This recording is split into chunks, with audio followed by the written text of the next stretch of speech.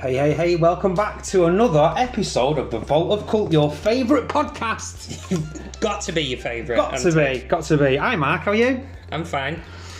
So, with your hosts, who Oh, are you? yeah, you're here with your host, Chris, as usual, and I call host Mark. Well, it's host/host. It's hosts. Hosts. Yeah. Hosts. Plural. We'll like yeah, because there's two of us, Chris. Yeah. Well, yeah, it takes two to tango, doesn't it? Yeah. So, guys, thanks for joining us. Again, give us your feedback, get us on the socials. And as always, we really appreciate it. Just give us a listen. We really appreciate it. Yeah. I mean, obviously, you are if you're hearing this. Can you hear me now? You can? Yeah. You can hear us. Always really appreciate the support. Love it. So, Mark, on this week's episode, we'll be discussing The Incredibles, which is a Disney film from 2004. Yeah, on many moons ago. Yeah, 18 years ago. It's now. weird, isn't it? Right, I was thinking about this the other day. I think it's weird and a little bit like, to think that people who was born when this film came out are reaching their majority this year.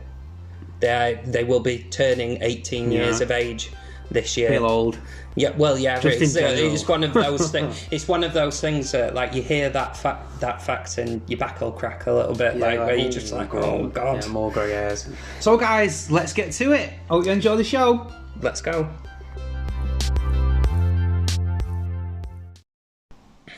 So, Mark, The Incredibles from 2004, the Disney Pixar film. Yes, as you were saying, it came out on October the 24th, 2004. Okay. Like we were saying, 18 years ago now, so like old film is that. It was directed by Brad Bird. Yeah. It was big in he's a big animated director, I suppose. Yeah, in the circle of animated films. Iron Giant, directed Iron Giant. Iron Giant. Also does the voice of Edna Mode in this. We'll come on to characters, but he both directs and stars in. As we find a lot do more than I'd ever imagined since I started doing this thing. Because I always used to think to myself, when they're directors in their own film, it's like, oh, all right, you cast yourself, did you? We've seen that before, haven't we? Where we've questioned it, like, oh yeah, you get a good gig, give me more money. Yeah. Bigger percentages. Yeah, exactly. And like you were saying, it was it's part of Walt Disney Pictures, but it is actually Pixar animation, which is slightly more of a distinction back then. Disney didn't actually own Pixar. Point. They were associated in that everything came out under the Disney umbrella, but they weren't actually owned by Disney at that point. They are now. Pixar's wholly owned by Disney, but not surprised. Well, yeah, I know, but they kind of swallowed them, didn't? Well, yeah. Disney went, come with me, come with me. They put their arm round them. Come with me, Pixar, and now they're locked in a vault somewhere. Like a creepy old man with a pocket full of sweets. Yeah, they're locked in a vault somewhere, guarded by armed goofies and Jedi. Yeah. And the Avengers. Yeah. Pixar animation, and it's 115 minutes long. 2 hours. So not bad. 2 hours. 155. Yeah. Right. Budget-wise, here are its numbers. Go on. Because they're always the big thing. Yeah. It had a budget between 92 and 145 Fuck million. Off. Well, that's expensive. That's a dear do for an animated thing. Well, isn't it? Compared to a lot of things that we've seen. Now, animated films, especially CGI animation, tend to be a touch more expensive than, definitely more than traditionally animated things. It's like a lot longer to make. And obviously, like, we were looking at Look Who's Talking, like, a couple of weeks ago, and that cost them basically no. Yeah. Because it would just, like, get your cameras and shoot on location. And that's It's intensive, though, is the animation budget. And I shall come on to why it's quite large, because Brad Bird was pulling no punches with the team. He went a bit full on slave driverish, but with those Koreans. Yeah. So yeah, a budget of 92 to 145 million. That's a big fucking range, I couldn't narrow that down any further. It's Disney, innit? Let's just say it cost 120 million. That's still fucking a chunk of money. No, it is a chunk. Even for 18 years ago. It made worldwide 631.6 million. Justified. So it smashed through it.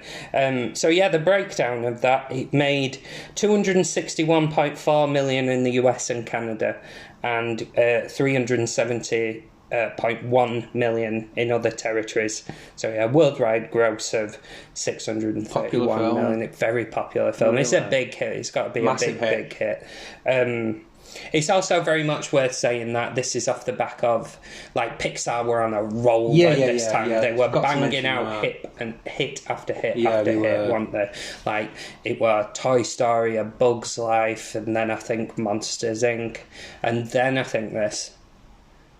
I'm not too sure on the timeline, but it was in that group of the bang hit after hit after hit. Yeah. And well, to be fair, Pixar will carry on making hits. The first time they started losing money was when A Good Dinosaur came out, and that were in the 2010s, back end of the 2010s. So I think, is it like not long?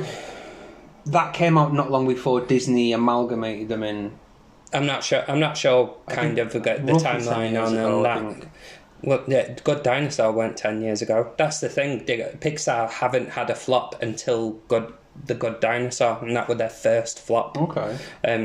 So, yeah, I thought that was interesting. Like, Pixar animation were flat out the golden boys of animation. But again, though, like a lot of things, I think it has its rise, and then it's at the top, and then once you're at the top, the only way you can go is...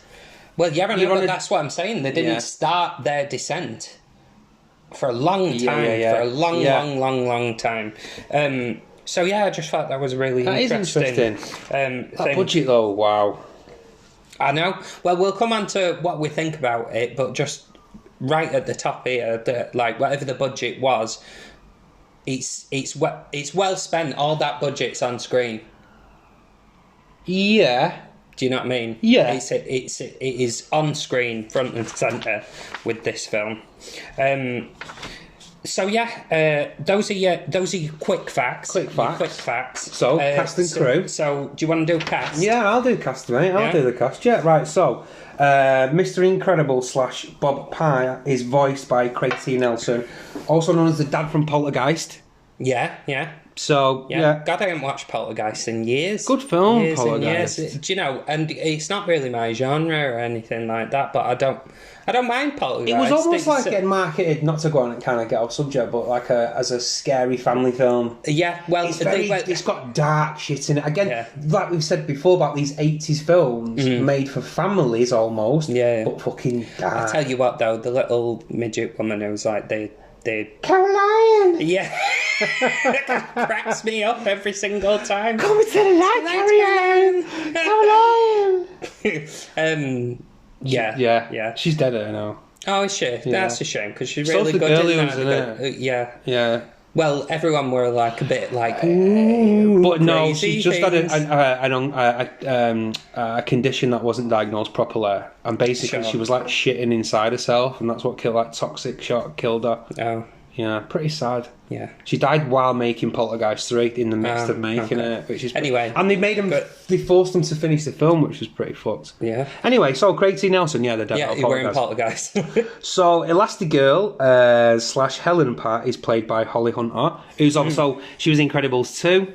Yeah, she is. She's one of them. She is in a lot of stuff. Oh, Brother, Where Art Thou? Yeah.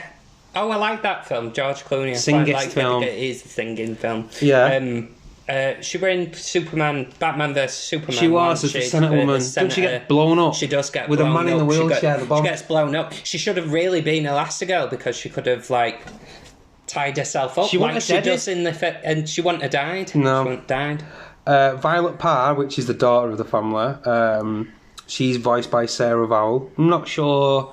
She's not. She's one of kids. No one cares about child actors. Sorry if you're listening to this with your family, but sorry, kids, no one cares. Yeah, no one cares. And then Dash Parr, voiced by Spencer Fox. He's got superhuman speed. Violet Parr's got force fields. Elastigirl. And invisibility. Elastigirl she's basically like Reed Richards from Fantastic Four, where she can just stretch and shit. Yeah. And then obviously Mr. Incredible is just strong. Yeah. Yeah, well, yeah. So the baddie in the film called Syndrome is voiced by Jason Lee, who was in My Name is Mallrats. Mallrats, Kevin Smith film. My Name is Earl. Yeah, skater. He's pro skater. Yeah, I only knew that because he voices himself in Tony Hawk Pro Skater. Game. Like, I'm not into skating around 1 and like 2, that. mate. Wow, for the PlayStation. Yeah, I'm not into it like regardless that. Regardless, one of the best games ever made. But it's fun. Like, you fun, can't. You could spend hours just like, I've just got to do this loop thing. Otherwise, I'll never sleep. And then you manage to do it and then feel on top of the world. Yeah. Frozone, who's kind of like, he can form ice from humidity. Yeah, and he's like an ice man. He's Bob Parr's best mate. He is, and that's voiced by Sam Jackson, and yeah. needs no introduction. Yeah, Snakes on a motherfucking plane. He must have been a big chunk of the budget anyway. Well, he's in the first 10 minutes and the last 10 minutes. I know, exactly, but I've had to pay him a wedge for that. Yeah, so Syndrome's right-hand woman, aka Mirage, is voiced by Elizabeth Pena. Don't know her. Some bird. Mm. And then I just read the E. Edna Emo, voiced by Brad Bird, who designs the costumes for them. Yeah, great character. Yeah. Really good little character. Really good. Yeah, she's probably my favourite character in the film. I've really enjoyed that. We'll come on to the characters. We won't shoot the load. But yeah. So yeah, we'll give you some fun facts about it. Fun facts to have fun with about it. It won the best animated feature at the 77th Academy Award. The 7th? No. The 77th. 77th. 77th. It were hard to get out at. 77th. Which took place in 2005. Yes, it did. It always confuses people. Yeah. They always happen in February the year after. Yeah. It also won Best Sound Editing. Oh, score's very good. Yes, it is. The score is very good, but they didn't win for the score. They didn't win for Best Soundtrack. No. But it was sound editing, so how they've edited the soundtrack into the film. Yeah. Do you know what I mean? But also, Brad Bird, the director, he'd basically left Warner Brothers because he was in contract with Warner Brothers Animation. Okay. And because The Iron Giant had flopped, like it was a commercial disaster. Which is a very well-regarded film. It's a brilliant film. I've not seen it. No, it's a really, really good film. Pretty much anyone who you'd ever talk to who likes an animated feature film, they always go, "Oh, The Iron Giant, yeah, really." It's one of them that I should have seen. You should have seen. It's almost the definition of a cult animated film 100%, now because it did not do well at its time. As a matter of fact, it has essentially killed Warner Brothers Animation. It's like, how often do you see Warner Brothers Animation now do anything absolutely good? Don't they direct-to-video stuff? Yeah, so they've really got nothing going on. Yeah, non-theatrical, I would say. So yeah, they're basically gone, and The Iron Giant killed it. Brilliant little film, but yeah, we're a bit disillusioned by it after that, and it was one of Pixar's executive, John Lasseter, very famous guy. Well, he was one of the people that sort of built Pixar from nothing, really. So, but he knew him. They both went to CalArts together, which is this big art directing school and stuff like that. It's like it's an art school. It's a big art school, and they both went there, and he sort of convinced him to come over. Like, come on, Brad, it's all right. It's all right. Your massive robot's brilliant, really. Like, you know what I mean? But let's see what you can do here with this. Yes, exactly. Let's see what you can do. And what we're interested about it is that because he were in a bit of a funny old place, wearing Brad Bird, he was like, what, like a circus? I just said no. he was in a mentally funny place. Crossroads, shall we say? Yeah, he didn't really know what he was going to do with his career, and he was thinking about sacking it off. Really, Brad Bird, and he said his intention was just to make a funny superhero film, and the themes of family life clashing with your career, or in this case, of your superhero alter ego. I think he hit the fucking nail on the head. It was Brad Bird. It was on Brad Bird's mind at the time. He's like, I don't know whether to carry on my career or am I sacrificing my family life? And so that thing, he said he never intended it to be like that, but that's just how the film developed. It takes life and all that kind of thing. It is it. So in many ways, The Incredibles is a bit of a, to be a bit posh douchey word, it's a bit of a magnum opus, I suppose. Like a bit. Oh, throwing that out there. Yeah. For him, there's a there is a personal aspect to it, very personal aspect to it. But yeah, just some interesting things about it. Oh no, I'll carry on with Brad Bird. But he pulled no punches with Taskmaster, with the thing, proper Taskmaster. Okay. Like he would take no compromises with animating stuff. Like Violet, you know, her hair is notoriously difficult for 3D animators. That did stand out for me in terms of the animation in the film. Yeah. We'll come on to that. Super shiny. But but just how it kind of flows. Hair's notoriously difficult, and apparently he had loads of arguments about Violet, the young girl's hair, because, you know, it's right in front of the face. Emo, very 2004. Yeah, it was. But apparently the animators, they were like, we need to do something different with it, like put her in pigtails or something, and it was like, no, I've drawn it like that, we've had it drawn like that, animate it like that. Do it. Well, literally, it was it. And the storyboarders, he made the storyboarders properly, like, block it and then hand it to the animators and saying, I want him stood there, no compromises with it. Wow, okay. Like, yeah, it was properly like, I want it to look how I've shown you. That's very auteur. Well, it is very auteur. Again, magnum opus. Yeah, okay, yeah. True. Do you know what I mean? True. And humans, Pixar had never animated humans before. Never. Interesting fact. Never. That's interesting. I did not know that. They'd only, if you think about what they've done... Toy Story was before this, though. Toy Story was so there is humans in that. Well, I suppose...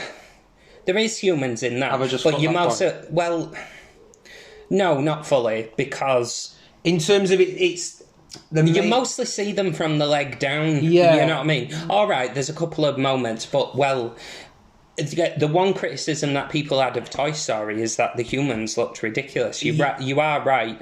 Whereas this, he decided to go for a stylism in the humans, and therefore to negate... Get what you mean. To negate the issue. There'd never been one where the entire cast are humanoid. Right, yeah.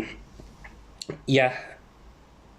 Because, like, most of the other members of the cast. Yeah, it's focused on, like, animals or creatures or toys. But yeah, very, very attention to detail stuff. Like the shadows in the opening few scenes, you know, where he's running around. Yeah, he's running around doing various superhero things. The light, you can see the sun setting, and the shadows move. The shadow, we've got nice touches there. And you know what? I bet stuff like that... You see reflections of the characters in anything that would reflect as well. See, things like that, I think normal people wouldn't notice or appreciate that until some point. No, you know what I mean? People that just want to watch a fucking kids' film. Yeah. Just because it's something to watch. Yeah. You know, and the attention to detail there says a lot. Yeah. A lot about him as a filmmaker. Clothing. They'd never really done clothing in the same way. Like, if you think Andy in Toy Story, his clothes are just kind of on him. Yeah. You know what I mean? Yeah. It's There's no texture or anything like that. Yeah, you know what I mean? Like, occasionally he picks up his suit and there's, like, texture to it. Yeah. Really, really, really well animated is this thing.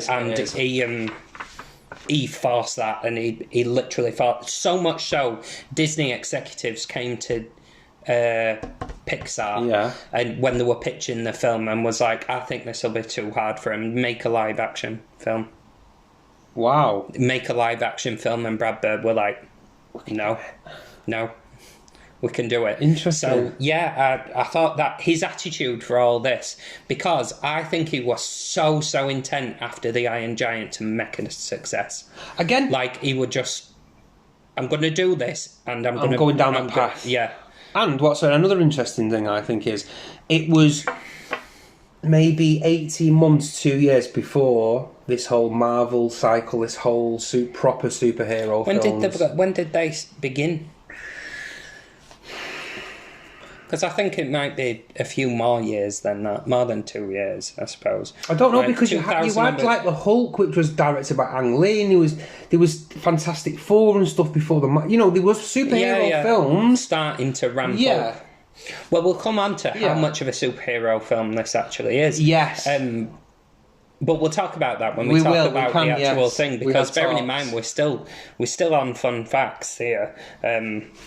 Holly Hunter, she'd never done voice work before, which I think super interesting considering. I would just like to say I think she does really, really, really well with it. Considering that this is the first time at bat doing voice work, and like I've said to you, I've said this to you before, voice work isn't quite as easy as people think. People think 100%. They're there to get that actors sort of steal a wage when they're doing voice work, and not at all, because they've got to make all their acting and voice choices. The voice is is a big chunk of that character. Yeah, and like you said, like I've explained before, a lot of the time the animators won't start animating it until they've got some voice work to work with, because they want the character to be reflecting the character design. I explained to you about Scar in The Lion King. Yeah, well, his original design was completely different. Original design, he was like this big, hairy, gruff lion, and very different from the Scar we got on screen. And it's because Jeremy Irons walked onto set and was like, I'm Uncle Scar. You know what I mean? My favourite one example of that is Hades in Hercules, Disney's Hercules. Great but problematic film. But everyone else playing Hades had walked into the role. It is James Woods. But everyone else had walked into screen and been like, I'm Hades, Lord of the Underworld. And James Woods walked on screen and was like, not on screen, into his audition and was like, hey, I'm Hades, how you doing? Like, a bit of a car salesman, huckstery kind of thing. And so they animated him like that around him. So that's a long-winded way of saying it's good voice acting, isn't it, really? But good examples there, good examples. Yeah, and now just a quick thing about the critical response. Overwhelmingly positive, I would say. Overwhelmingly and I mean, positive. even retrospectively now, it's highly regarded. And it wouldn't be this podcast without me mentioning the guy who always pops up, Roger Ebert. Oh, here we go. But again, I do agree with him on this one. Go on. It doesn't ring too cartoonish. Parts of this film ring true. And I'm like, I get that. I get what he's saying. 100%. We will develop that. We'll develop that. But 100% rings true. Yeah. The only other one that I think it was the New York Times, where I'm like, way to miss the point, dickheads. They were like, it pulls on all the tropes of every spy action film from the 60s that you've ever seen. And you're like, way to absolutely miss the point. Because they were like, it pulls on all these tropes as a negative. No. And they're like, way to absolutely miss the point. Yeah, it does all those tropes. I think it's the complete opposite. What? I think that's really good about it. Yeah, no, exactly. But that was the only negative. The website CinemaScore, after surveying a number of people, will say 100,000 people. That's it. That's an alternative fact to that. Yeah. I don't know that. Not true, but we're just going to go. I don't know the sample size, but critical response was positive. Gave it an average of an A+. That's why it averaged out as. So this is a big hit all round. Made a shit ton of money. I think loads of people loved it. Yeah, I think 600 and odd 631 million is technically known as a shit ton of money. Yeah, that's what'll have been on Disney's breakdown. A shit ton of money. Yeah, shit tons. Yeah, they were there, as you can see from the board. That's a shit ton of money. Is that? So yeah, those are your fun facts. Interesting. It's an interesting thing. Yeah. So you cock us off. Okay. Kickers off, not cockers off. Cockers off. That's something else. Right, so... what did you think? What are your thoughts? What are your feelings? Right, okay, right. So I think let's pick about the things that I thought were very interesting about this film. Okay. Right, so again, going off what is it, the New York Times said about it having a lot of 70s spy film tropes. Yeah, and they said it pulls on it and was therefore somehow a negative. They're wrong. They are wrong. Anyway, yeah, move on. Yeah. They are Incorrect. Wrong. So, I mean, the first thing on my notes that I wrote down is it evoked a 70s spy film. Do you know what I immediately thought, especially with the soundtrack? Bond film. Yeah. Bond film. Yeah, we've had this discussion in private where it's, we've both gone, Bond film. Yeah, it's very 70s spy film. Even I the score, the I style. thought that was super interesting about it. Because a superhero film, it's... Well, they've got a superhero film soundtrack. It's not framed like a superhero film. It is framed like a 60s/70s spy film with the music, the style, etc. But the main characters just happen to have powers. Yeah, because you're going on an adventure. There's some secrecy there. There's a lair, a villain's lair on an island, and you know. Yeah, and even the music now, to me, big, massive. If you go back and watch this film, listeners, I hope you do and appreciate it. The music isn't like the music is for me, nowhere near the music you would hear in a modern day superhero film. Absolutely, it's very 70s spy film. If you think of a Marvel film. Brash. Do, you know what I mean? Whereas this is like you immediately think of like the sort of soundtrack from a Bond film, like a Mission Impossible, or a Mission Impossible. Yeah. Very that. I thought that was very interesting. It is a meshing of these two things. It is a superhero film. Yeah. They are literally superheroes. It is, but even if they didn't, it could be a spy film. If you took them out of the suits and it's still a family, I think that could still work. Like the dad's an ex-spy and he misses the spy line. I think there's a lot of... What's the word I'm thinking of? I don't know. Kind of similarities is obviously... there's a lot of... I'm trying to think of something not other than similarities. But similarities to a 70s spy film. I thought what was funny is his little car. It's tiny little car. This got huge man, and he is absolutely enormous. Massive, it's like a V.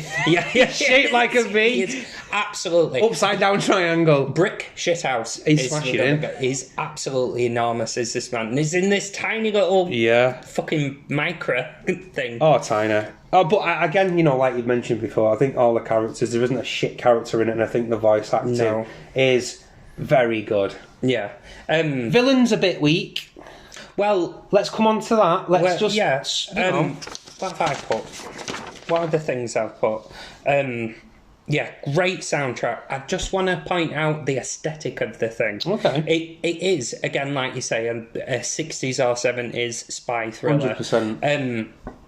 And the film is actually, it doesn't, it only says in the newspaper, where it's showing you the news articles of supers being sued for stuff. Well, that's the thing, that's how the story kicks off, isn't it? Yeah. All right, we'll give you a brief synopsis. Essentially, that superheroes are an everyday thing, sort of in the late 50s, I suppose. Yeah, it doesn't specify what kind of time period it's set. Well, the main body of the film takes place in 1963.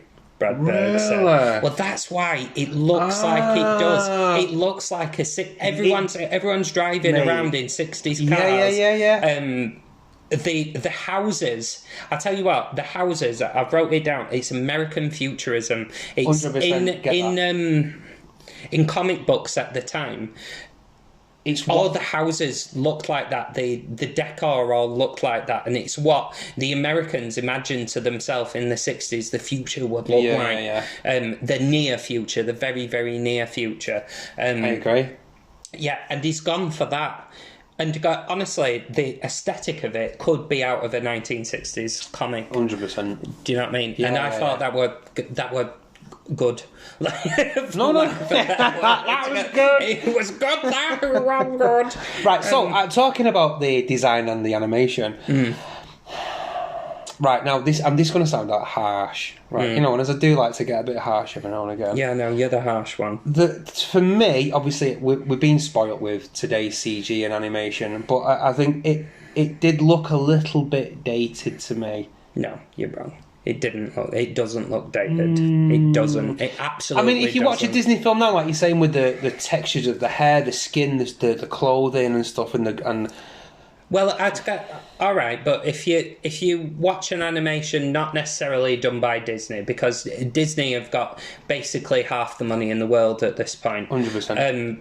You know, it's a very different type of thing. This is still probably this would, if it were released now by a company that's not Disney, essentially, everyone would look at it and go, it's good. It's good, dickhead, all right. You're framing it like that, right? Okay. Do you know what I mean? It absolutely does hold up. I was just comparing it to more modern Disney/Pixar. I get that. Look, like I said, like we've discussed some recent animated Disney fare. Yeah. And you're right, I suppose it's not quite there on the... Yeah, like I pointed out when we did the vault viewings of it, like the hair moves like real hair. Yeah.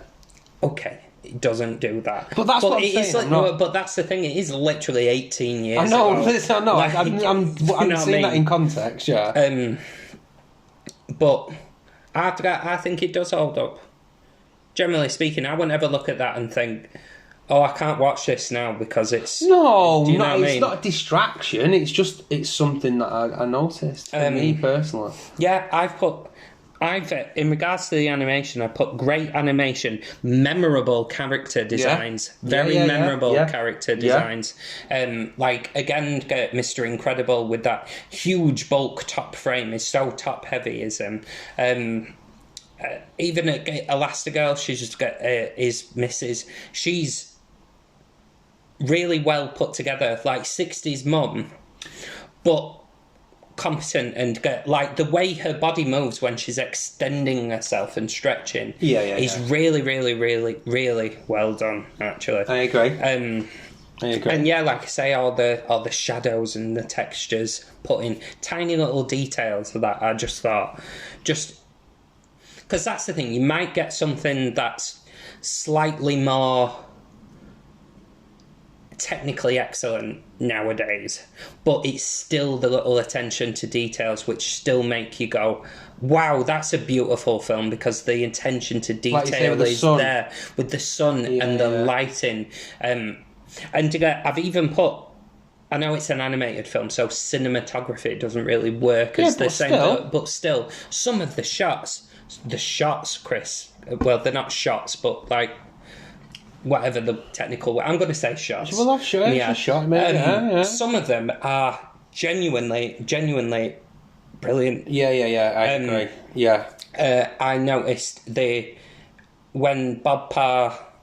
Oh, by the way, don't you like his name? He's Mr. Incredible, but he has to live a boring life. It's just Parr. Yeah. His life. It's just... as it is. Rolled, and I'm like... Insurance guy. Clever that. He works in insurance. Because superheroes get banned because he saves someone that doesn't want saving, basically. And I thought that in a weird way, even at the time, I was like, that's slightly realistic. They would get sued. Yeah, they would. They would fucking get sued, especially in America. You know what they're like? Sue you for... That's like a really... You know what? It touches upon something that has always been a bit of an in-joke in the comic world, to say, like... It's like when the first Avengers film come out, and it's done it in comics before, where they're like, let's just tally up the actual real world destruction It's like trillions and trillions, and you're just like, that was just happening all the time in comics. Like, just everything gets I know. Like, the insurance companies was just. I'd go and live in countryside. I'd just be like, I am not living in a city. Do you want to come and move to Metropolis? No. Why? Why? Because at some point, do you want to live in Gotham? Could you imagine? Do you want to live in Gotham City? No, because I don't want to get stabbed, gassed, frozen to death, turned into a giant penguin. No, no, I'm all right. Yeah, or a woman dressed as a cat. Do you know what I mean? House prices will go fucking through the roof. Can you imagine? You probably buy a massive apartment in Gotham for £2.80. That's true. Do you know what I mean? No one wants to fucking live there. Yeah. No wonder the place is a shithole. Mayor can't bring anyone in. No. Anyway, a small rant about Gotham. A little bit, a little bit. What was he talking about? I don't know, something about Incredibles. I'd tell you what I did like, the way that they introduced Mr. Incredible's journey back into superheroics. Oh, yeah, we'll come on to that. I've just remembered what we were saying. The cinematography, there were some really good shots of it. When he's in his insurance, in his tiny little booth, they have an overhead shot, and it just brings into focus that he don't belong there. This isn't what he's supposed to be doing. There's a really good tracking shot of the robot when he's fighting the robot over the robot's shoulder. And it sort of chases him. Oh, the ball robot. That were really good shots. Some really good shots when Dash is being chased by the... That goes on for a while, that sequence. Really good. I know, I quite like it, though. And when they're in the lava room, which looks like a Bond villain's lair. Again, it's just all these references back to the spy films. Do you know what I mean? Where the lava's coming down on the thing, and you can see them having dinner at the table. Yeah. Really good shot. Good. No, it is. There is good shots. I agree. Yeah. So I know shots ain't really the right thing, but But you were about to go on to character details, which I wanted to come on to anyway. Yeah. Right. So I like that Mr. Incredible is the little robot adventure he goes on to kind of move the story on from now. It is becoming something that the word I'm trying to think of is like he belongs. Yeah. He's trying all the way through it. I think the major theme of this is be who you are, be who yourself. It's a good character study. It's deep. There's a lot of things going on in this film. It is a good character study because they've got to keep themselves secret because essentially superheroes get banned. Yeah, they ban. You know what I mean? Well, the government sort of protects them in a weird way. It sort of like gives them a new identity and stuff like that. When he fucks up and he's like... You've got to stop doing this, it's causing us issues and it's causing us money and blah blah blah. But I like how he progresses because he's just dissatisfied with his life. And do you know, I've written about the characters. They are superheroes and they've got not magic powers, but they're still relatable. 100%. All of these characters are relatable. They're real people. The themes in it for me are having to suppress who you are to conform to society, how that pressure then affects you and your loved ones. I think there's a lot of deep themes. Yeah, there is deep themes, and obviously, it's dissatisfaction with modern life. Yeah, exactly. There is a lot of that, and it's about letting what makes you special shine through, if you know what I mean. Yes. Because that's very much the thing. As a matter of fact, one of the things that the film got criticised for by stupid people. Of course. Where they were basically saying it's almost like it's individualistic, like only special people are worth it. And again, you're just like, way to absolutely miss the point of it. It's almost like saying, do what you're good at, because that's the thing that makes you special. Do you know 100%. I would agree with that. And I think as well, it's hard because they're in that film, in that society, they're suppressed. Whereas, it's by the end of the thing, they've become and learnt to go, do you know what? I'm not afraid to be who I am. Yeah, I don't have to hide that. And it shows really well how hiding everything is negatively affecting all of their relationships with each other. Exactly. Because it's very bickery. The family's very bickery, and I think I think that's to the film's benefit. I do. Because I'd just like to say the voice work by everyone is great. Top notch. Great. I would like all the characters are really all the characters are good. Obviously, I'm going to bring up Edna Mode. Best character. Best character. Great little character. Just even fun little thing. Do you know what I really liked? You know when she goes into a studio and she goes, Edna Mode. Right, in a great little voice. And then a gun comes down and points on fucking Elastigirl and is like, and guest. Because I'm like, you thought about that. Because, you could be being forced to be, and guest. Spy film. She's like our Q kind of character in a weird, in a kind of way. Yeah. Instead of inventing gadgets, it's inventing suits. But good little lines from Edna Mode is when she rings her up. It's like, oh, darling. Oh, yes, you will come. You will come to me now. I think that character is built on a lot of these editors of these fashion magazines. It is. Like Cosmo and stuff. I think I can see that type of character being an editor of a big fashion magazine. Well, they based her haircut off Anna Wintour's haircut. There you go. Vogue. Maybe. A Vogue. I have heard of her. She is an editor of a big fashion magazine. They based her haircut on her haircut. You know, that bowl kind of cut thing. Yeah.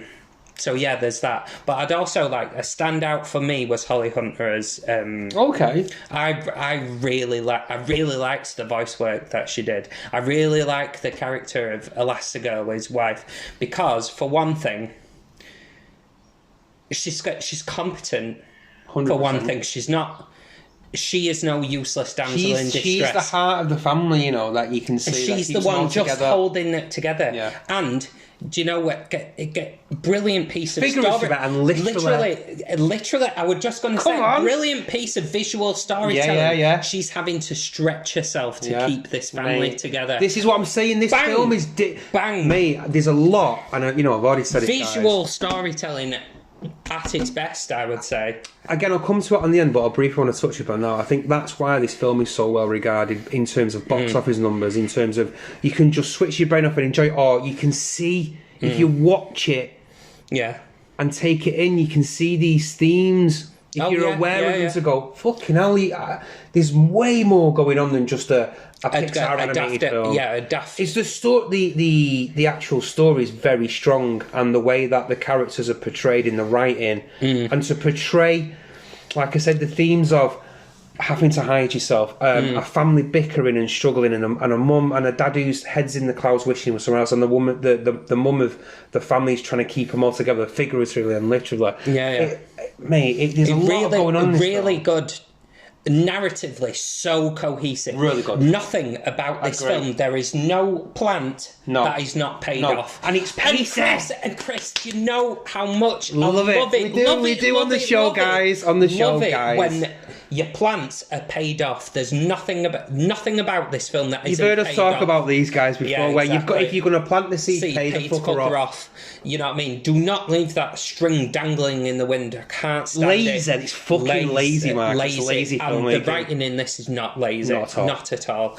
Good. Just to quickly circle back to Elastigirl, Helen. She's a really good mum. Yeah. Super competent as well, and I like the dissidence, and it's almost funny of how she's in mum mode. She's telling him off, or like when they're in the plane, and she's like, "Who are you getting to watch the baby?"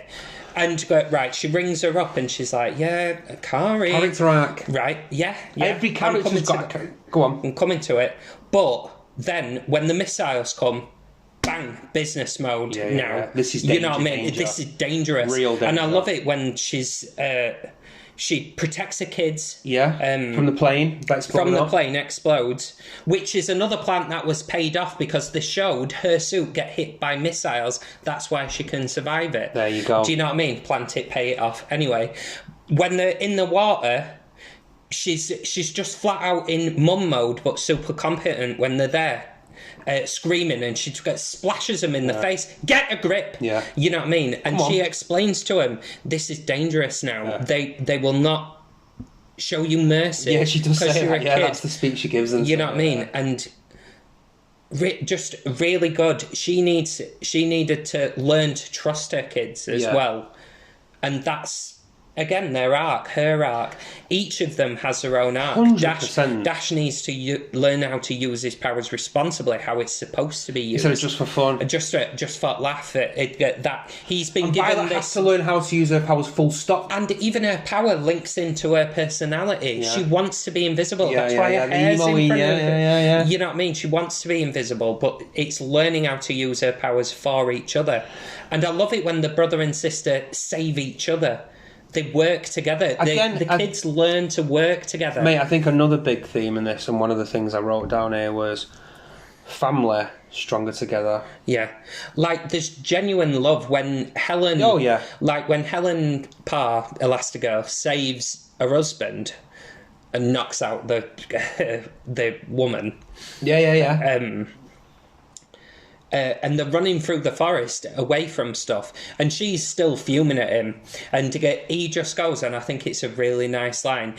He goes, I know you're still trying to cause an argument, but I'm just really glad you're alive. And I'm like, good line. Again, really good line. Heartfelt line. Characters. You know what I mean? It's got a lot, this film. It's got a lot. Yeah. You know, I think these great set pieces, like I say, it's pacey, the score's great, and the character arcs are...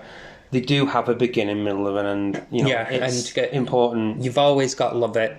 Now, I have heard one negative off people. I don't really agree, but I think it'd be remiss of it if I didn't point it out, because Brad Bird has been criticised for this in pretty much all of his films, right? That his narratives might seem a little bit choppy, a bit pacey. Now, he's had that given to him as a negative, and so has this film. Again, I don't really see it. I don't really see it. But no, not in it. Definitely not in this film. No, I don't really agree. But I can see why some people would think that. But I don't really agree. I don't see it personally. No, I don't. So let's because we've given it a lot of praise so far. So. Have you got a couple of things that you thought you pick about? I mean, not to be critical, but you know that's what we do on this show. I thought maybe the story was a little bit simplistic. It could have been more complex. But again, Mark, I think that is a ruse because but here's what I was going to say. It's deeper than that. One, it is deeper than that, and two, what we're going to say is I don't really think it actually needs it. I think it needed to tell this kind of story. It needed actually, in terms of plot beats, to be relatively simple. It's character driven. It isn't plot driven. So I wouldn't necessarily agree with that. But I know that some people would think that it's just like go to this place, stop the bad guy. Plot. Kind of is. And yeah, it kind of is, but again, Waiter absolutely missed the point of it. 100%, yeah. Do you know what I mean? He doesn't do it justice. He doesn't do it justice to say that, like but that. for someone who likes a slightly more complicated superhero thing, especially now when we've got superhero things coming out of his arsehole, like, you know what I mean? There are more complex ones out there, but I don't think there's many of them that are more character-driven. On a side note... which probably isn't the right forum for the discussion. Did you watch the rest of Doctor Strange in the Mouth of Madness or what it's called? No. Don't bother. Okay, well, we'll discuss it later. Multiverse of Madness. Yeah, we'll discuss it at some other point. So, I for me, you know, again, this is me really, really picking holes, right? So, that Mirage... Oh, of course she's working with the bad hair. Of course she's working with... Oh, again... Classic 70s spy film. The woman who's like your friend, blah blah blah. I think the bad guy, bit of a jilted mad ass. The villain's weak. Let's just put it out there. But it's not about the villain. It's about the family. It's not about the villain. I think the villain. I wouldn't agree saying he's weak. He's just not the. He's not the point. Right. No, I think the character. It's not developed. I mean, they spent all the time on the family. Oh shit! They spent all the time in the family. developing those characters, and I think that they just needed a bad guy, and he's gone, right, well, he wanted to be Mr. Incredible's sidekick when he was a kid, and he just got fucked off, and then he come back obviously years later. Like, there is slightly more deeper aspects to the villain in terms of his most telling line is where he says, and if everyone's super, no one is. And that's been one of the themes of this film, really, about exceptional people, if you know what I mean, and that he feels jilted that he wasn't able to do the things that he was doing. Now, does he actually have any proper powers? No, it's all tech. Exactly. Well, yeah, I know, but that's kind of one of the themes of the film. Going back to the spy film. Isn't it? 60s and 70s. And also, I like the fact that he's totally incompetent with this thing. 100%. Like, he has not a clue. Not a clue. He's all mouth, this cunt. Yeah. But I like his dialogue. The villain's dialogue. To me, he was the weakest part of the film. Do you reckon? Yeah, I thought you were quite complimentary of it. I didn't view him as a negative. I can perfectly see that he's not necessarily the standout character. Yeah. Of the thing, especially when you're dealing with this family and of course Edna Mode. That's where all your attention's focused. Yeah. But the attention is always where it's supposed to be. Yeah, I agree. Yeah, okay. And, you know, I like the little story and I like the little caper that he sets them up to go on. It's a fun little adventure. Well, he's like... I think caper is probably actually about the best word. They have a caper, a kerfuffle. He's behind the mystery. Yeah, exactly. And I do think it was... Again, nice that the villain tied in to the inciting incident that caused them all to be banned. I quite liked that he was the cause of everything going wrong, essentially. In an indirect way. So again, it's narratively well put together. Yeah, exactly. It's serviceable villain. Serviceable. Yeah. All right. Okay. Well, we'll go with that. We'll go with that. So, what else have you wrote down there, Mark? Have you? Any highlights? Any lowlights? Or because you've been quite gushing about it so far. Well, to be fair, I couldn't really think of any nitpicks. Like, I wasn't really. Do you know what I mean? And if I did, like, I don't really do nitpicking with them, and I do feel like anything that you pick on it for is a bit nitpicky. So, saying that, if we've got any things to nitpick about, enough people enjoyed it for it to have a sequel. Oh, yeah. Now, have you seen Incredibles 2? Yeah, but I can't recall any of it. Well, I think, for one thing, it isn't as good as this one. No. It isn't as good, but not a bad film in any way. I really can't remember anything about it. It's worth your time. Okay. It is worth your time. It's a very similar story, more from her perspective rather than from his. Interesting.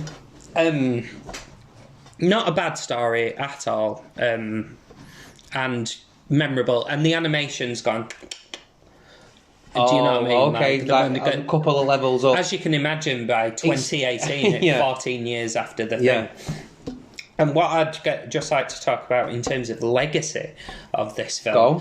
This film, like, to Brad Bird, he were kind of like one and done. He were like, done that now. And this film ticked along for 14 years in the... There was a lot of rumblings, mate, all that time. Always. We're going to do another one, we're going to do another one. Are they going to do another one? Essentially, fans kept The Incredibles alive and ticking over, and the pressure on Pixar and Disney to make another one. Make another one. Like the hashtag make another one. Yeah, like they bring out a film, and it's almost like, great, it's really good. Can we have another Incredibles now? No. All right, then. Why? Why? Because... well, because I don't think... But it could have been happily done a one and done and still... I don't think the sequel takes anything... I mean, they set it up right at the end when another villain appears from the bottom and behold the Underminer, which is a bit of it's both just a daft joke to leave it on, but also like the next film picks up exactly there, just in case. Two starts. The fight, the Underminer. Right. I don't remember at all. You know what I mean? And this has had loads and loads of games come out, like called The Incredibles, shockingly enough.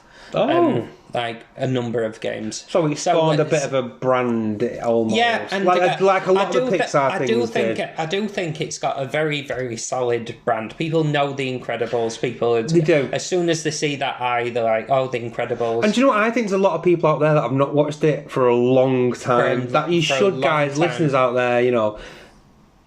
I think you can tell that me and Matt will recommend this film. Yeah. I don't think after listening to, at this point, nearly 53 minutes, I can think, oh, they didn't like it. I'm not sure. Edge of the seat, like, well, let's wind it up, mate. Yeah, exactly. You go first, Matt. You give us your final thoughts. My final thoughts are surprisingly deep film. Beautifully done for the time, and I think holds up as well. Really good character work. An interesting enough story in terms of plot beats, but what really makes it interesting is the character beats within it. 100%, and the character development. Did I say really good voice work? Yeah, about 10 times. Well, fine, I'll say it again, really good. I totally agree, Mark, actually. Yeah, funny that. Yeah. And I love the style of it. I love it. It's got style, it's got heart. I didn't appreciate it until I rewatched it for the show. Yeah, proper style, proper heart. Now, I've been... Because of its legacy, because of the amount of... But let's put that... Yeah, all right. But also, because of how much I enjoyed it, I'm gonna go strong, and I'm gonna give it an 8. Oh, I really enjoyed it. But I can see why. I am gonna go straight. I know that's high praise. It is high praise. So you loved it? But yeah, I loved it. I think that this is an almost timeless film. You can watch this in 20 years and you'd think, still, that's a good film.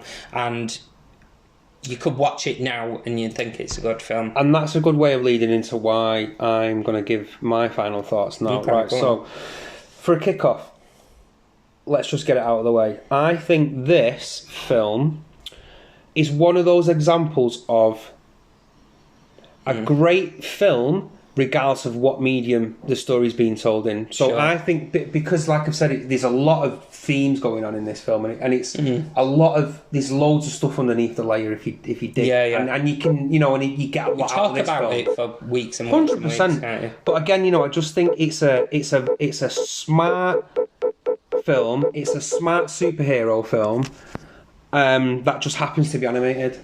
And I think if this was a live action, it'd still be a fucking well-regarded film. Do you reckon? Proper actors, yeah, I think picking the right actors, it would still stand up as a good film. You know, again, I think good set pieces. You know, it's a great family dynamic. The character arcs are beginning, middle, and end, and they're planting seeds that they actually do pay off. And I was surprised myself with. I got a lot more out of it watching it for the show than I ever watching it when it come out, because I'm sure I only watched it a couple of times, and again I probably only watched the second a couple of times. Where I caned the DVD of this one. I'm like a couple of times, then I'm moving on. But I was very, very surprised how much I seen in the film in terms of it's bit more going on there, and then that's what made me engage from the get-go. Again, the first 10 minutes sets the scene up, and I'm in there. I bought my ticket. I'm quite happy to go on the ride, and I enjoyed it. Did I love it? No. Do I think it's a fantastic film that you could talk about, and there's a lot going on in it? 100% more than you probably realise, and more than there's a lot of things that we haven't even touched upon in the show. And again, I'm a big 60s, 70s spy film fan, and that just evoked a lot of memories for me in terms of style and theme. So in terms of your 8, right, okay, I get it, 100%, I can totally see it. But you gave an 8 because you loved it. Did I love it? I didn't love it. I fucking really liked it though. Okay, all right. So I'm gonna go for a 7. I think that's fair. Like, and that's a good film. Like, that's it. Is a good film. Not taking anything away because of you can tell, guys, what we've said here and the themes and stuff. Deep, a lot going on, and that's fucking super interesting to me. But as a film and a piece of entertainment, is there other films out there that I'd give an 8? Yeah. Do I love this as much as those? No. Okay. I'm giving it a high. No, let's not be a douche. Let's not go high, mid, low. Just a 7 because I really liked it, but I didn't love it. But it's a fucking great film. Yeah, it's a great film, and I think that's a fair rating. If you didn't love it but you really liked it, I think that's fair. I did love it, and so I think that 100% 8. I think if you love it, it's got to be an 8. Yeah, it's got to be an 8, mate. And I'm going to stick with my 7. Okay. But yeah, I really enjoyed it. Really good film. A lot going on. Okay, give it a watch, guys. Do we recommend it? 100%. Yeah. If you haven't seen it in a long time, and hopefully listen to this show, then watching the film, you can appreciate a lot of the things that we're talking about. I would like you maybe not have noticed before. Yeah, because people passively just watch things sometimes, but like watch it critically, and you'll be like, "Oh, there's a lot going on with this film." You can see it, but watch it. Yeah, there's a lot going on with this film, and it's worth it. 100%. So, on that note, mate, I think we can wrap the show up for another episode. So we'll see you next time, guys. Thanks for joining us, guys. Appreciate support. Always. And we'll see you next time. Catch you next time in a bit, Skip.